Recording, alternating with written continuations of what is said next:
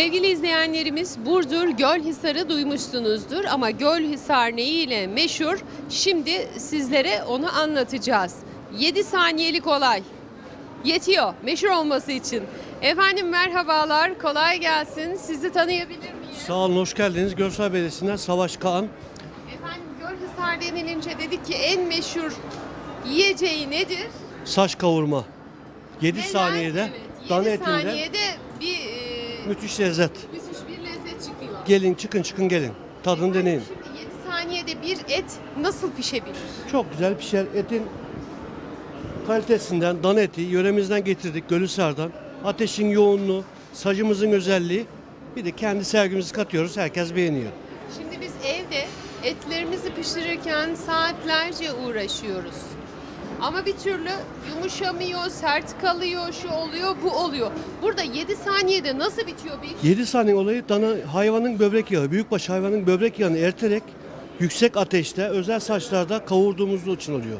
Evde kattığınız zaman et sulanır ama burada yüksek ateşte 7 saniyede hazır oluyor.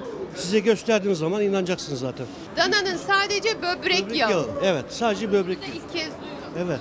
Belki birçok Atıyorum. izleyicimiz. Bakın. Tutuyorum. Tut, bak. 1, Dur ya, bakın. 2, Dur.